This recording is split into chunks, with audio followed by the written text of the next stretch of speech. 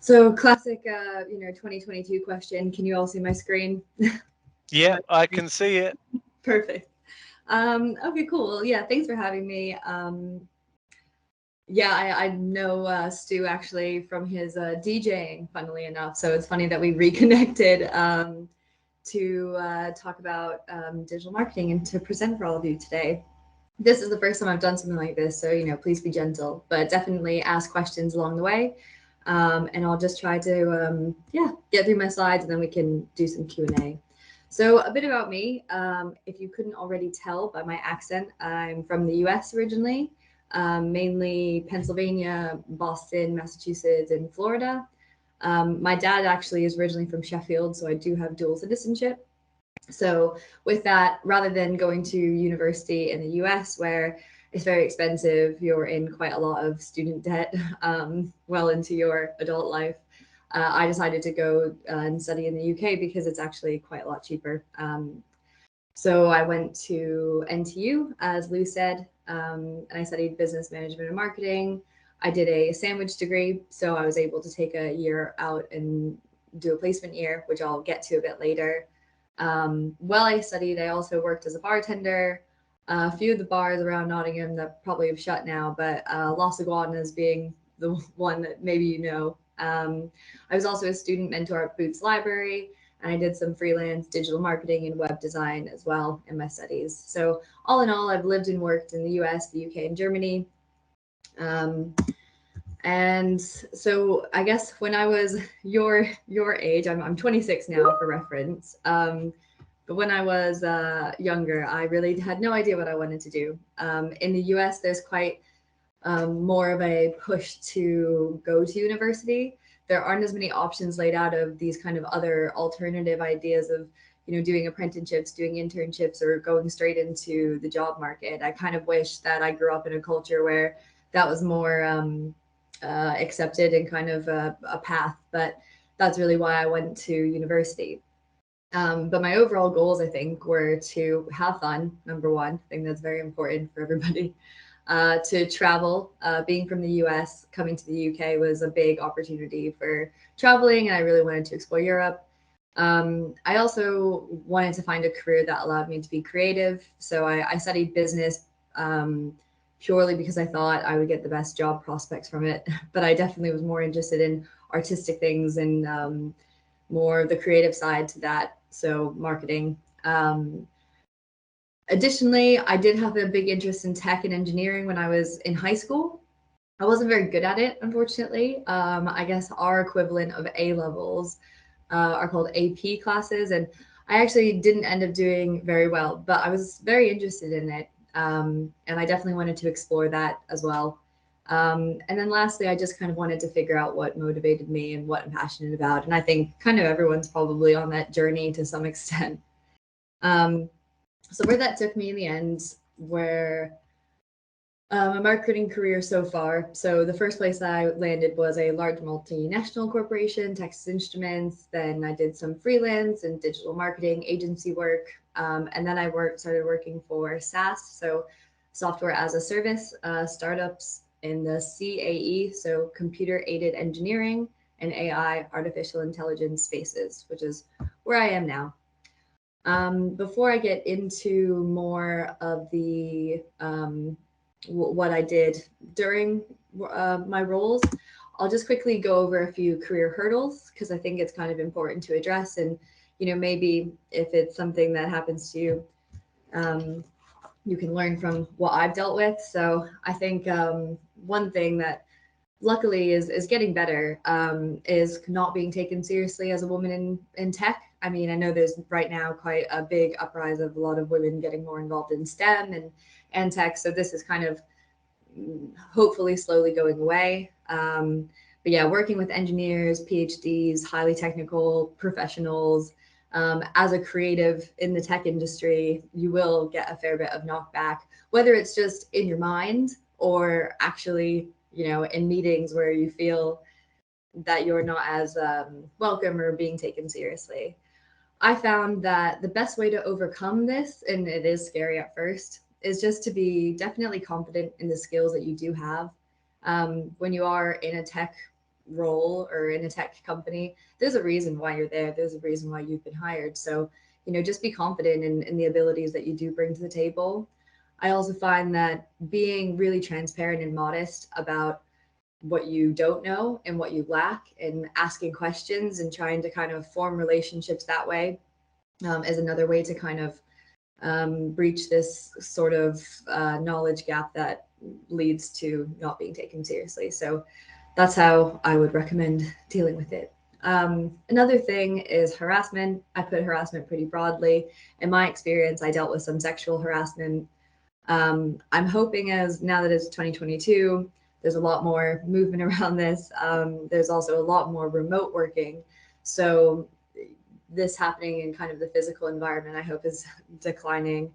In my experience, I think the best way to deal with this, if it unfortunately ever happens to you, is to deal with it head on and go through appropriate HR channels to report it as soon as possible.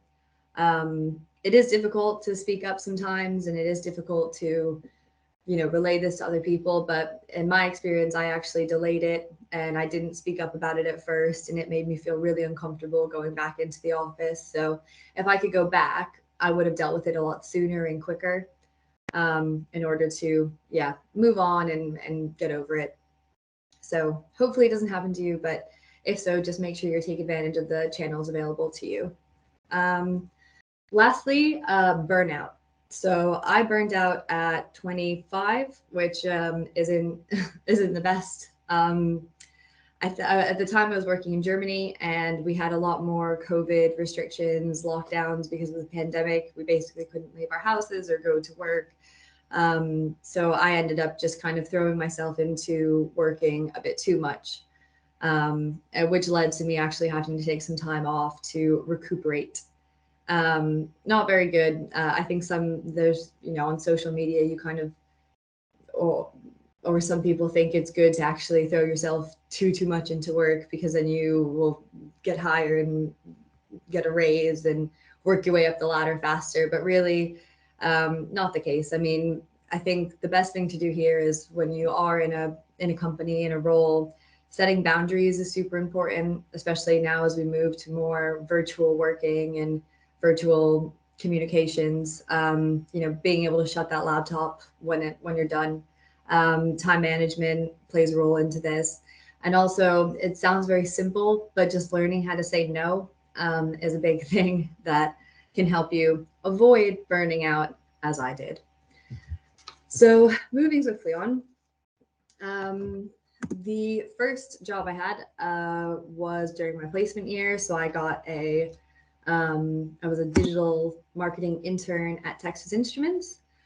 Um, and as I said, I kind of had this vested interest in engineering and tech. And I'm pretty sure the only reason I actually got this job was because I was able to tell them the difference between analog and embedded processing.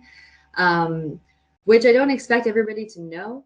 But I think a key takeaway here for something that could help you in the future is always over prepare for interviews.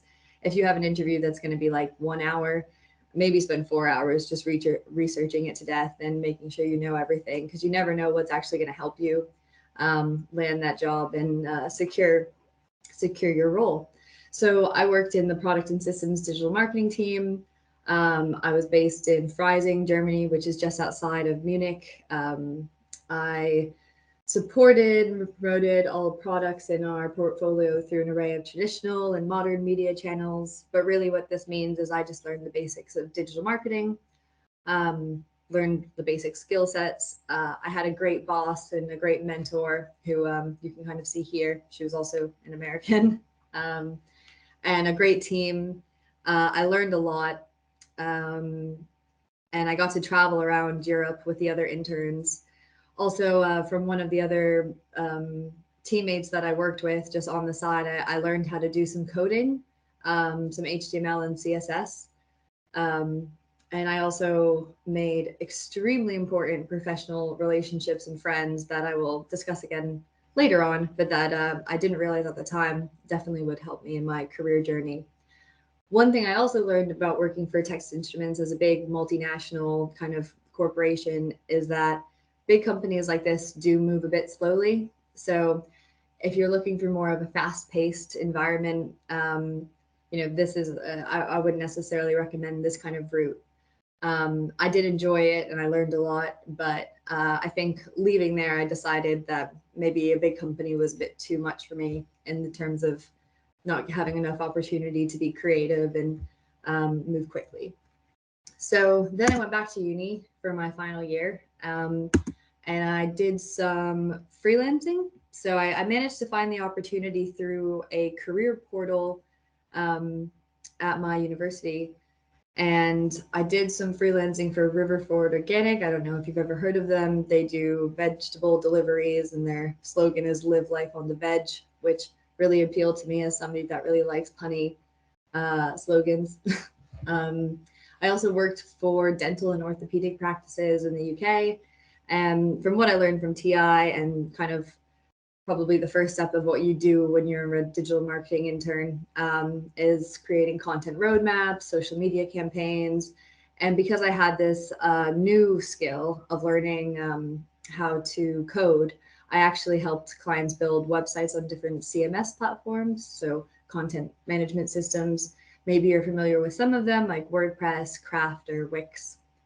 Also, in my final year, I got a graduate job at a digital marketing agency, Impression, and I started working for them in February in my final year. Now they're a full stack marketing agency, and they're based in Nottingham. So if you're looking for internships or apprenticeships, maybe check their website. I don't know what they're currently offering, but definitely a good company to get involved with. When I was there, they mainly specialized in PPC, which is pay per click. So anything kind of paid, SEO, search engine optimization, which is what I did. So that's anything not paid, not with a budget behind it, organic. And then digital PR, which is trying to get other websites to talk about your website to increase your credibility and authority on the web. So I specialize in the technical SEO team, working with B2B and B2C businesses to increase their websites and improve their overall search performance. So with SEO, I'm not sure how much you guys have learned about it already, or if it's something that you're interested in. But there's really three pillars of it that you can kind of get into. One being the technical pillar, which is more the back end side, like the code of the website and how to improve it so that it's crawled better by Google or other search engines. There's the content side of it, which means making sure the content that you have on websites includes keywords and the right phrases and the right images that highlight what your company goals are, or what the product offering is. So that's more content writing and kind of less technical. And then the last one is the off page, the authority, the digital PR side of it, which is securing backlinks. So that means kind of working almost in PR in a digital sense, where you're trying to get either articles posted on other websites, or you're trying to get other websites to talk about you. So all very interesting. You can definitely do a lot there. What I found while I was working at an agency is that there was a lot to do, and it was a lot of creating reports and SEO auditing.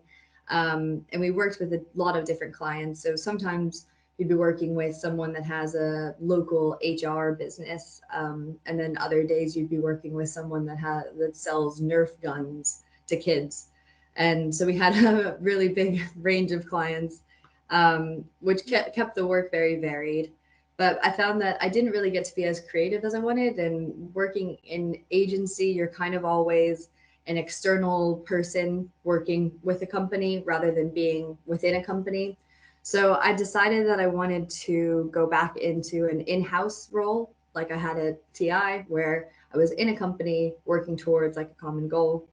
So with this, I didn't, again, as I said, I didn't realize that the network I had made in Germany would lead me here, but it did. And I found my next role that took me back to Munich, working for a engineering startup called SimScale. They do product simulation. So the three, not to get too technical, but the three main things that they do are CFD, which is computational fluid dynamics, which is kind of, if you can imagine, simulating airflow around a car.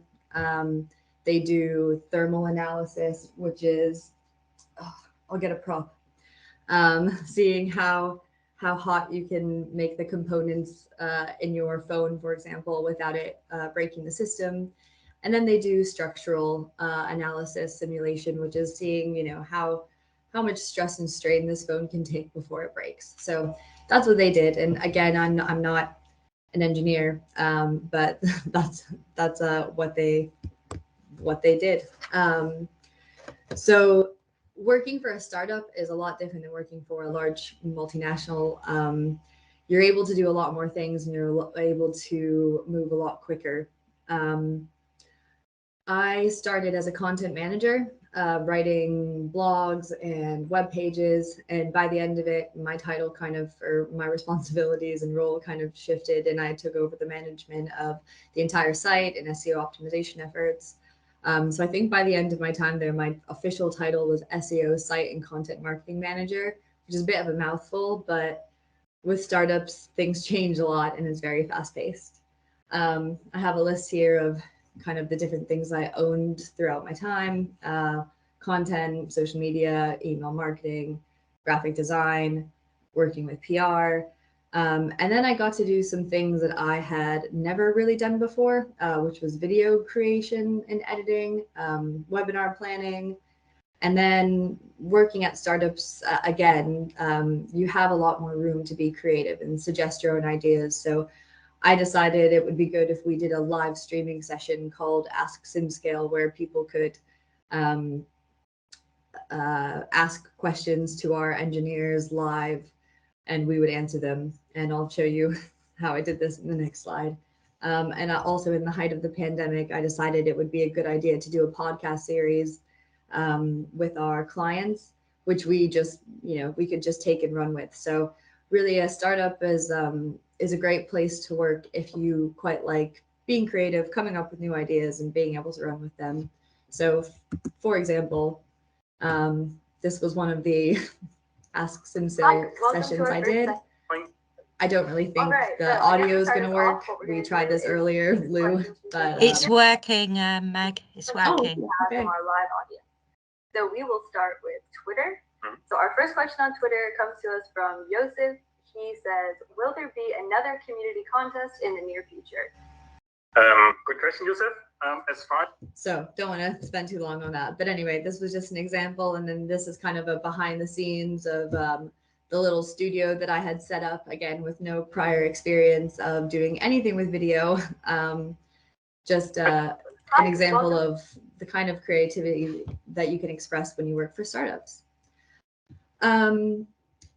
As startups grow really quickly, our team got a lot bigger and my role kind of got not less interesting for me, but I wanted to do something else as well. So again, through the network of people that I had worked with previously, I actually got in contact with another Munich-based AI software company called Ask Brian.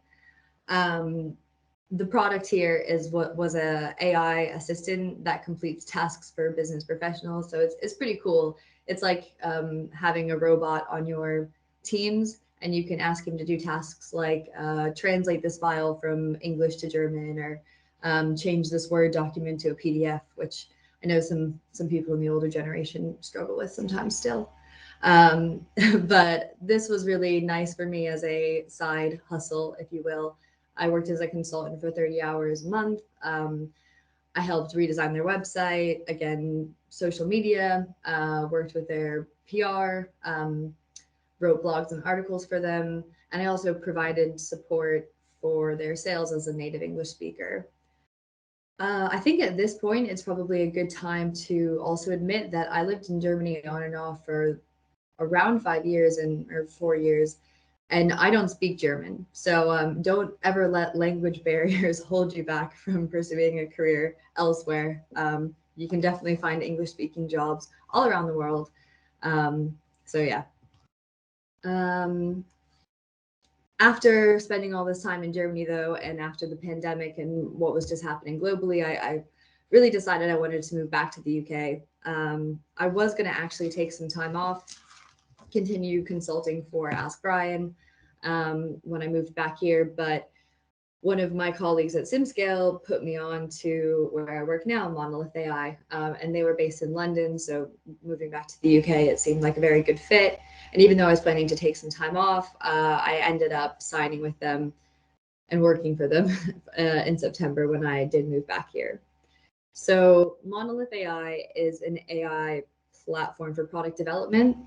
So basically, engineers can build self-learning models to understand and predict the performance of their complex systems, and they can test less, learn more, and be competitive. So a lot of our customers are big automotive companies. I'm not sure how many that I can name legally, but BMW, Honda. We also work with like motorsport racing teams like McLaren, Yoda Sport. So it's very, very cool. I've only been working for Monolith since September. So what I do for them is content management, which I've done before. Again, I get to explore a new kind of aspect of marketing or digital marketing, event management, both virtual events that are happening more frequently like this, and also in-person trade shows that will happen around Europe. I managed our software migration to HubSpot. If you don't know about HubSpot, we can talk more about that a bit later. I also moved our sales CRM, so customer relationship management. I think me and Lou were struggling with some of these acronyms earlier. And also our website CMS, so content management system. We were previously using Webflow, and now we're moving it to HubSpot. So at the minute, I'm managing a website redesign project. I manage our external creative contractors because our marketing team just consists of 3 people. But we have a contracted graphic designer, a contracted creative director, and looking for kind of more creatives to add to this collection. Coming soon, my role is actually going to change here a bit. I'm going to start managing a digital marketing coordinator and a team of additional freelance writers. So my title might change as well. I have some pictures here as well from of the team. I was actually in London last week because we just got a new office there, but I work remotely from Sheffield. But yeah, I'm very excited about working for Monolith and what the future holds because we're a very fast growing startup. We just have 30 people at the minute, and we'll hopefully double by the end of the year. So exciting. So that's me, and that's my career journey so far.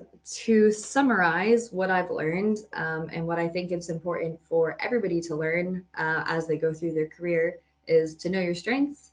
So my strength, definitely communication, whether it be writing content, converting highly technical topics into more layman terminology, communicating with non-native English speakers, and also adapting to our increasingly virtual communication channels.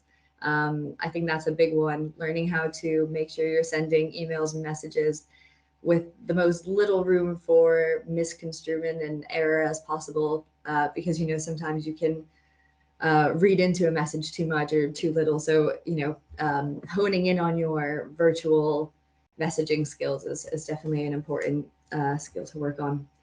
Next, organization. I'm a very organized person, from my own personal calendar to managing our company event calendar, organizing projects and tasks and deadlines, as well as organizing my team. There's a lot of tools out there, maybe you are aware of them, that can help with this, even if you're not doing it for professional reasons, but like Trello, Jira, other kind of like ticketing systems and organization tools that you could get started with now. And lastly, leadership. So one thing I learned about leadership or management from one of my old CEOs was that all management really is empowering the team that you have or the people that are working under you to complete their work by just providing resources and support. You don't have to have all the answers. The leadership aspect really involves having a higher level vision of what needs to be done, and then being able to communicate or convey that on a more granular level to your team so they can achieve their role in the overall goal. So leadership isn't really just about delegation; it's about teamwork and honing in those strengths. I think is pretty important. Well, for me, but also for digital marketing. How that relates directly to my marketing strengths would be content marketing. I've talked about this quite a bit. I've kind of had this in all of my different role changes, writing, editing, publishing, different mediums, as well as tracking and reporting on results, which I'll explain more on the next slide. SEO and site optimization. I learned SEO working at Impression, and this has kind of become a part of my career moving forward.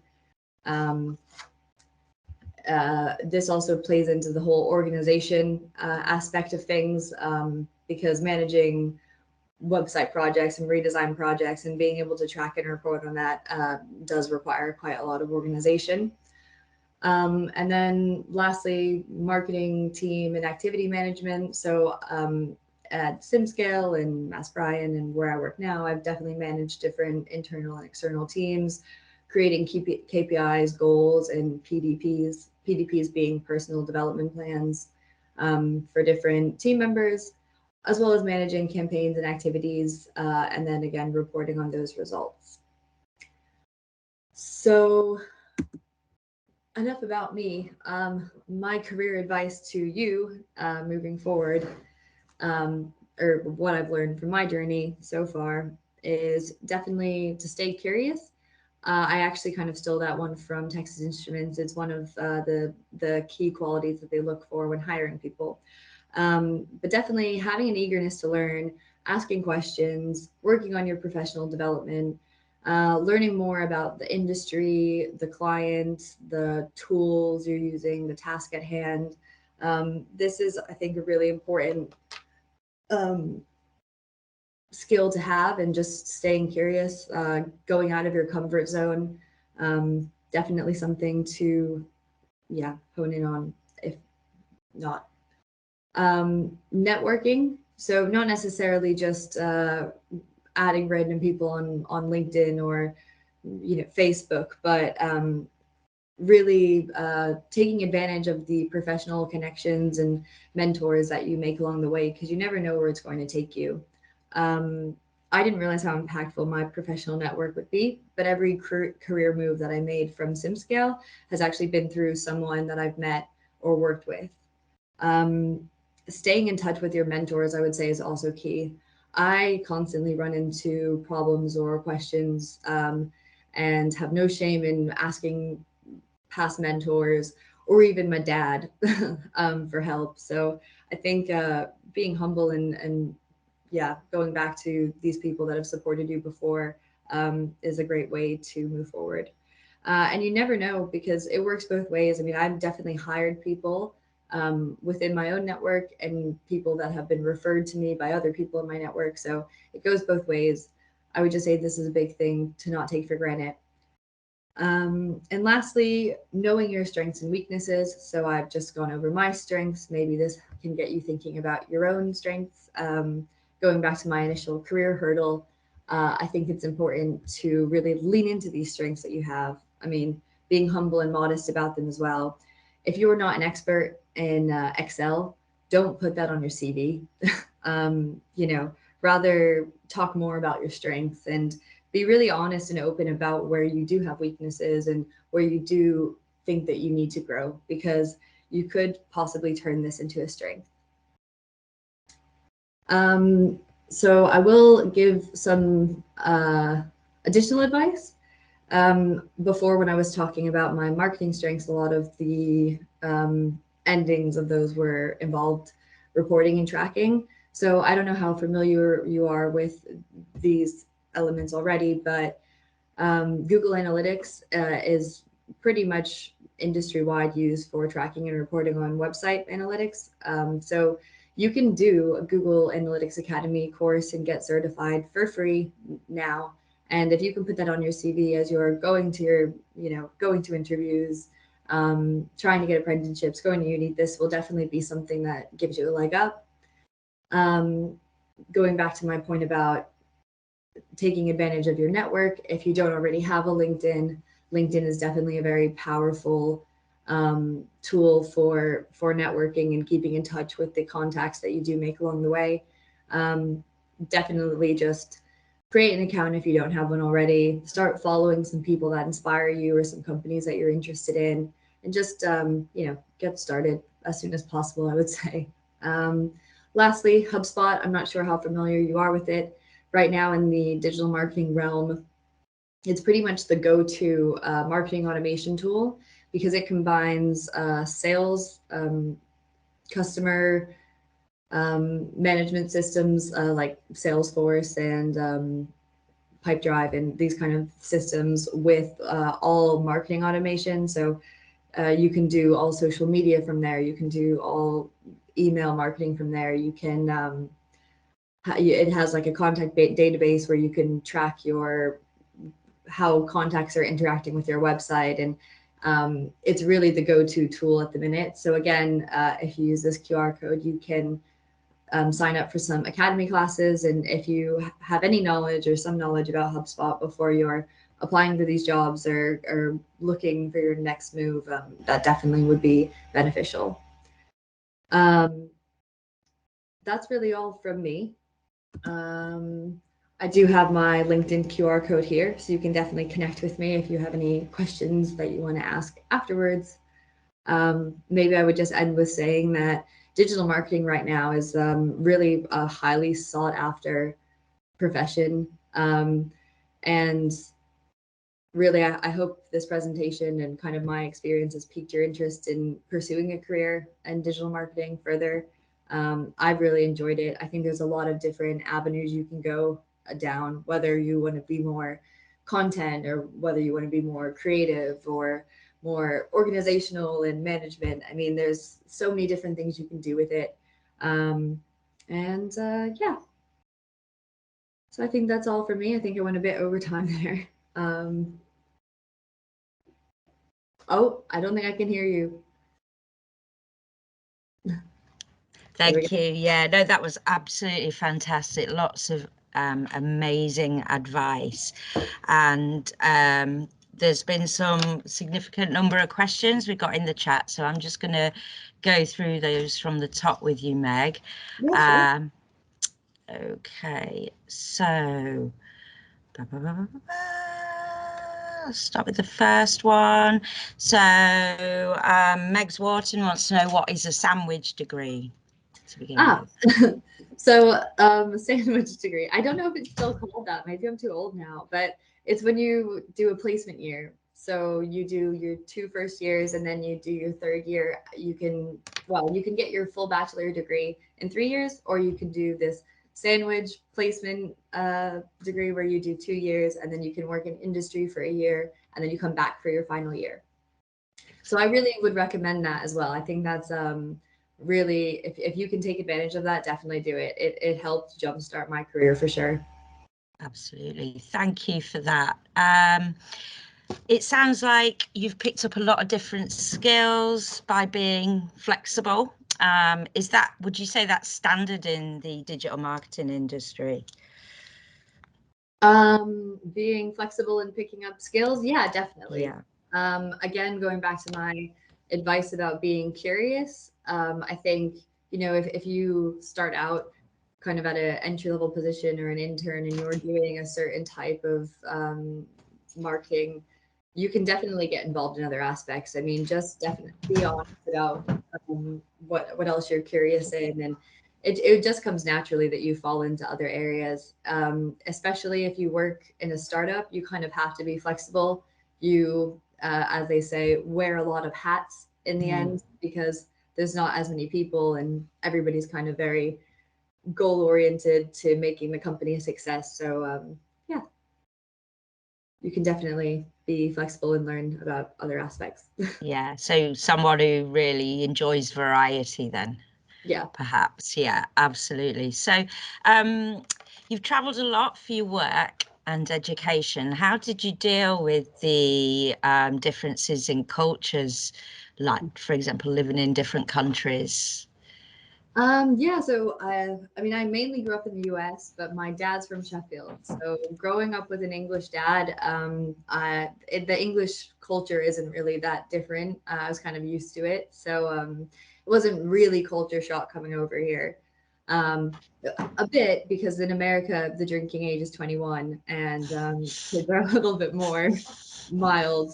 Coming here, I think it was a little crazy that at 18 we could drink and go out clubbing and stuff. So maybe that was a bit culture shock at uni. But culture-wise, living in Germany, I worked for companies that were largely English speaking, and uh, because of going into the office with everybody being an English speaker, you kind of didn't even realize that you were living in a different country. I mean, I managed to live in Germany for a long time with speaking very, very poor, or as they say, Scheiße, Deutsch.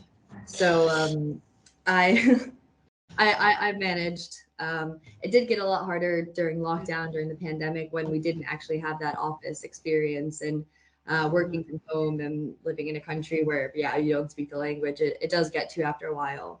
But culture-wise, I think it's really important to experience different cultures and to try to move to a different country for a bit. And, you know, if I can do it, you can do it. Thanks, Meg. And somebody's asked, what's the best way to get my business plan through to people? My business idea is called Kinnet Inc. And what I want to do for it is to help people get their creativity out and be happy with it. I want to do this with stories. Best way to get the business plan out. I mean, that's kind of a little bit over my head. But what I would suggest is to start small by making different social media platforms for this already. So, do you have a Facebook for Kill It? Is that what it is? It's Kinnet Inc. Is it As in kinetic. So yeah, okay. Kinnet Inc. Yeah. Connect. Got it. Sorry. Kinnet Inc. Yeah. Yeah. So, sometimes the English accents are still a bit tough for me. But yeah, so I would say by making make a Facebook, make a LinkedIn product or business page, make a Instagram, maybe try to hold a live webinar or something on LinkedIn. That's now possible. I would say start small that way. I don't really know in terms of how to get a hold of investors necessarily, but maybe research a bit about there must be different kind of Shark Tank like smaller scale things where you can propose your business ideas and possibly get investors. But I would say start by making a big social media presence and maybe a website. Yeah. Excellent, thank you. And let's have a look. What advice would you give to someone who wanted to work freelance once they've done their degree? Yeah, that's a good one. So make sure that you establish it legally by, I think, to be honest, I don't know if I went about it the right way. But I think you have to establish yourself as establish your business. I think it's quite cheap to do that. So you have, and then you can do, once you have your business established, then you can, I would say start on LinkedIn or Indeed and just kind of put yourself out there. I got quite lucky with freelance. Opportunities kind of just fell towards me. So I think definitely looking at groups, like even Facebook groups, LinkedIn groups, would be a good place to start. There's definitely groups on like freelance opportunities going around. There might even be, I don't know if you guys have like a career portal or a bulletin board or things like this. Yeah. Also maybe just talking to local businesses about if they have any needs for any freelance work. I think that would be a good place to start. But LinkedIn, I would say, is your best bet. Excellent, thank you. And that kind of leads me on to ask, what social media platform do you prefer to work with and why? Oh, well, to be honest, I'm not really a fan anymore of social media, but LinkedIn is definitely in the industries that I work in, it's the most professional, and it's also the most, it's if we put things on LinkedIn, that's where we have the biggest opportunity for people that interact with us to convert into actual customers, because it's a professional platform. We don't have the same reach on Facebook, for example. I mean, I would say that Facebook is more for academic purposes, and I would say Instagram is more for kind of lifestyle, clothing, e-commerce kind of stuff. So LinkedIn, I guess, but Yeah. But I wouldn't say I enjoy it necessarily. Okay. Thank you. So another great question. What has been your favorite project whilst doing working in your digital marketing career? And what role within digital marketing have you enjoyed the most? Favorite project. I've done quite a few website redesign projects, and I think that is my favorite area. So that means kind of just taking a website and talking to the stakeholders, the CEO, and like the sales of like what they actually want to achieve through it, and completely revamping it. So going back to the drawing board of redoing the whole site architecture, figuring out what pages are important, figuring out what content needs to be there, in order to achieve their goals. So I think that's my favorite. I mean, I wouldn't consider myself a web dev expert, or at this point an SEO expert really, but I think having both of those skills that I kind of acquired early on have definitely helped me. So I can get to a point where I can do a lot of the site redesign myself, and then I can hire and outsource what else I need to fully complete it. And then being able to actually show the company I'm working for or the client how it's improved is really satisfying, even though it does take a bit of time. Yeah, I bet. And how long would it take you, just on average, because I appreciate it depends on the website itself, but from start to finish, from your initial communications to having the opportunity to relaunch it to your clients, how long would that take on average?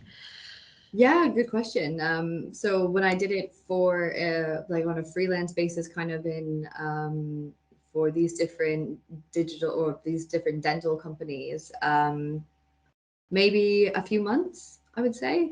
And then when I worked with Ask Brian, the CEO, Pavel, amazing guy.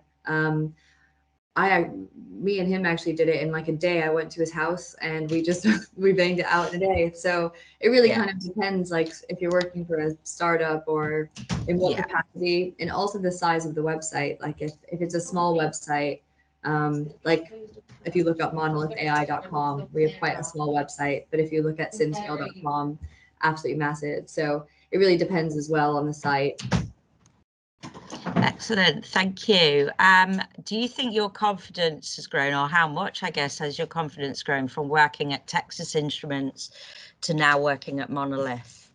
Did you always feel like a leader, for example, or have the skills to be in a leadership role? Yeah, I think a lot of it comes down to having a great mentor.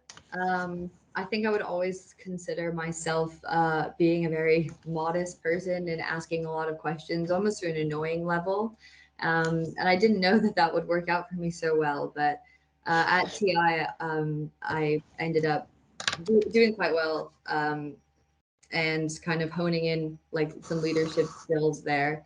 I actually got an offer to go back to them after I finished uni, but I wanted to figure out something else.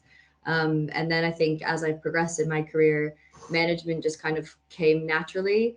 Also, it's a case of the fact that startups grow and change, and it kind of happens just like, oh, we have a new person who's going to manage this person. Meg's going to manage this person. So it wasn't necessarily my initial goal that I wanted to be a manager or a leader, but it just kind of happened naturally. And it is a part of my job that I really do enjoy. Absolutely. I think, yeah, I mean, that's a great point to make. So if you're wanting to develop skills quickly, I guess working for the smaller companies is probably a great place to start, because you can move up and around and get new opportunities so quickly. Okay, wonderful. We've got some more questions here. So when it comes to kind of drafting your CV, and I'm assuming here that they're targeted towards the role. So if it was a creative role that you were applying for, what sort of things would you advise to put on that? Someone asks. So I'm because I've said I've gotten all of my recent jobs or recent role changes through friends or through my network.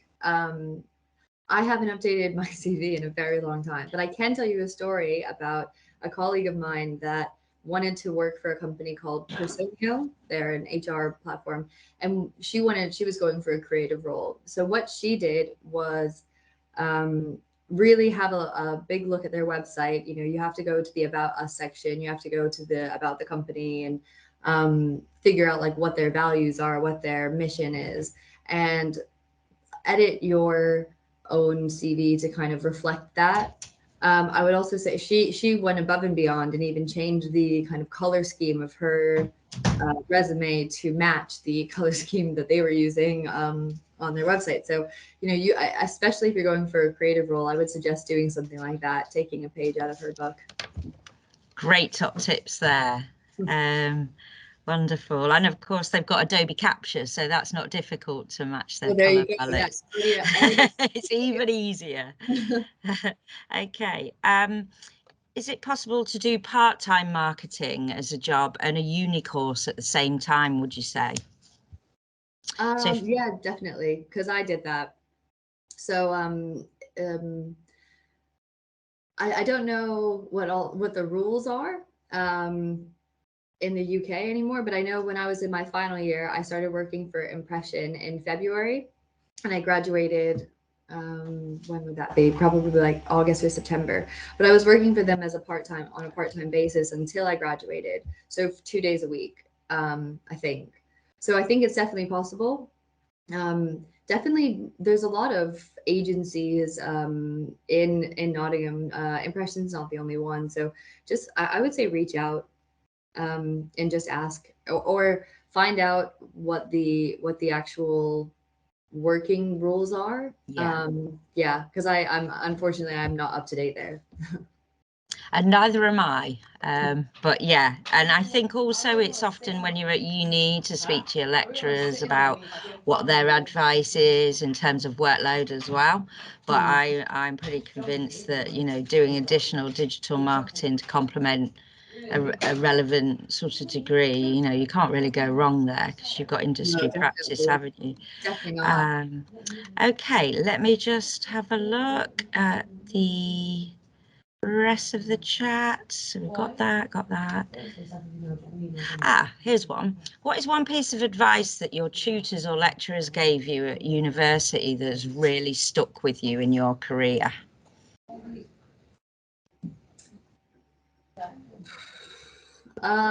Good question. That's taking me a long way back. Take your time. Maybe not from a uni person or from but I will say one bit of career advice that I have gotten over my time that has stuck with me is that modesty is not a virtue if one's capabilities are generally laudable, meaning don't be modest about things that you're good at. So again, going back into my whole thing about, you know, leaning into your strengths and kind of being a bit brave where you are strong. But yeah, unfortunately, I don't remember anything from my uni lecture. It's been a while. So much has happened since, right?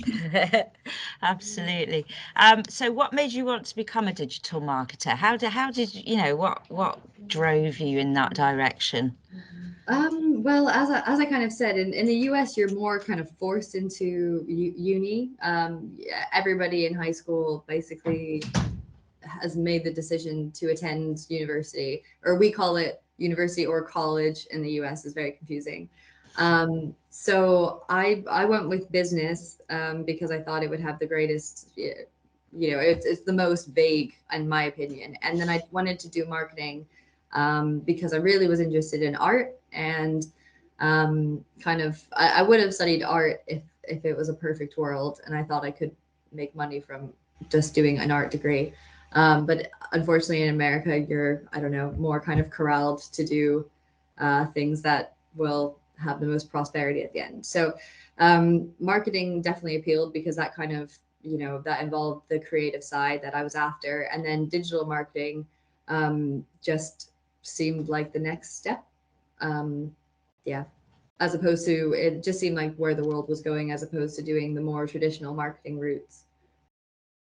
Yeah, and I think we talked about that earlier, didn't we? I posed that question to you, what in your experience within the tech industry, obviously, I can almost anticipate your answer, but generally speaking, what do you think is the value in non-digital marketing methods today?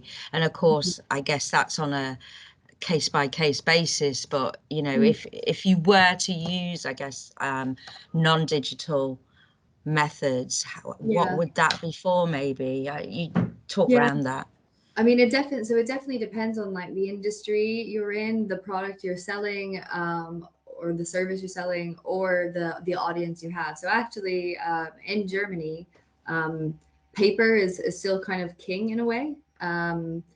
And we did do a fair bit of like print. So I mean, we did some digital PR, which I kind of briefly talked about in the SEO bit, but we also did some print ads. So because apparently engineers in a certain age demographic in Germany still rely on that. So really, it's about traditional marketing where you're doing the more tangible assets and things like this. It comes into play if your audience, depending on your audience. Absolutely. Also, if you do trade shows and kind of in-person events, you'll have to do some grab some traditional marketing assets. For those. So I think that's excellent. Thank you. And where did you first learn about SEO? Where did you get to really sort of begin to practice it? At what point did you learn it at uni and then practice it, or was it afterwards? We didn't really learn it at uni. I learned about it at Impression, actually. That's why I learned everything. I mean, like I said early on, prepare for interviews way more than you should. Really do. I think that's a very helpful tip. So I think I learned a bit about it before going into that interview. And then, I learned about it on the job, really, from my team, from, the people that were more senior than me. And SEO is a really fast-paced area to work in. I mean, Google, I think, changes its algorithm subtly like 14 times a day or something, and then has bigger algorithm changes every year or so, or even sooner. So if you're looking for something kind of fast-paced to sink your teeth into, that's definitely an area to explore. And there's kind of this difference or this divide between SEO, which is where you're doing all of these things without putting any budget behind it, where you're trying to get more organic visitors. So meaning you want your website to appear first on Google, but not like an ad. And then there's the whole PPC side of things where you're dealing with like putting budget behind Google ads or LinkedIn ads and spending a certain amount of money to get a certain amount of results. So depending on how you are as a person, I was definitely more interested in the SEO side. So I'm not very good with math and money, so I shied away from PPC, which is an area I would like to learn more about. So I guess what you're saying is, you've always got to be willing, you've got to be prepared, and you've always got to be willing to learn new things and take on board new subject areas and topics to develop your role. And our digital marketing students were introduced to SEO last year, and we're kind of introducing it again this year through various means. So they get the heads up there. What's a good way to get experience if you don't want to go through the university college route? Yeah, good question. I'm not sure if I can personally answer that because I didn't, I went through that route. But again, I think, you know, have a look on LinkedIn, on Indeed. I think there's definitely, like, as I said, digital marketing right now is hugely sought after. And they want young people, either right out of education or to some level. It really is booming right now. So I think you can definitely find experience, whether it's going to be paid or unfortunately maybe unpaid, to get you started. So just Excellent. have, yeah, just keep your eyes open and yeah, volunteer if need be. yeah. Or yeah. even be more aggressive and write to businesses that you like where you think you can offer support. Yeah. I know my friend, I know Instagram, which I don't particularly like. She started working with a brand that she really enjoyed because she, I don't know, I think she bought one of their products and wrote a post about it. And, you know, then they asked her to write more. So, I mean, there's a lot of ways you can go about it, but just definitely be vigilant and be eager and aggressive about finding something that you enjoy. Excellent, thank you. And I believe we've got probably time for one more question.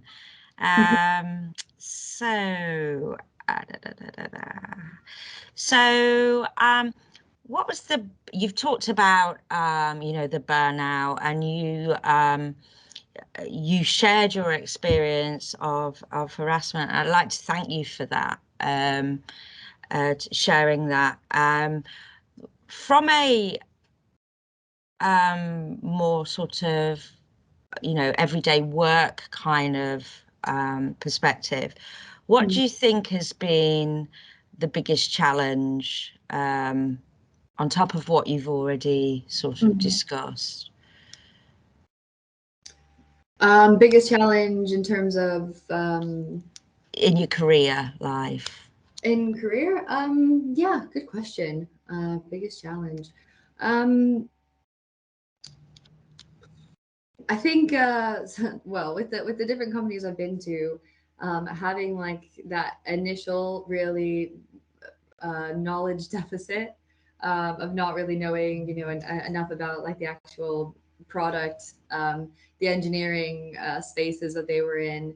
I think that was definitely, you know, it's definitely difficult to be within your first few months sat in meetings where people are talking about things that are way over your head. I think if you can get past that and again, like stay curious, learn on your own, then that's yeah, a good way to kind of get over it. I would say one thing that has been difficult recently is remote working.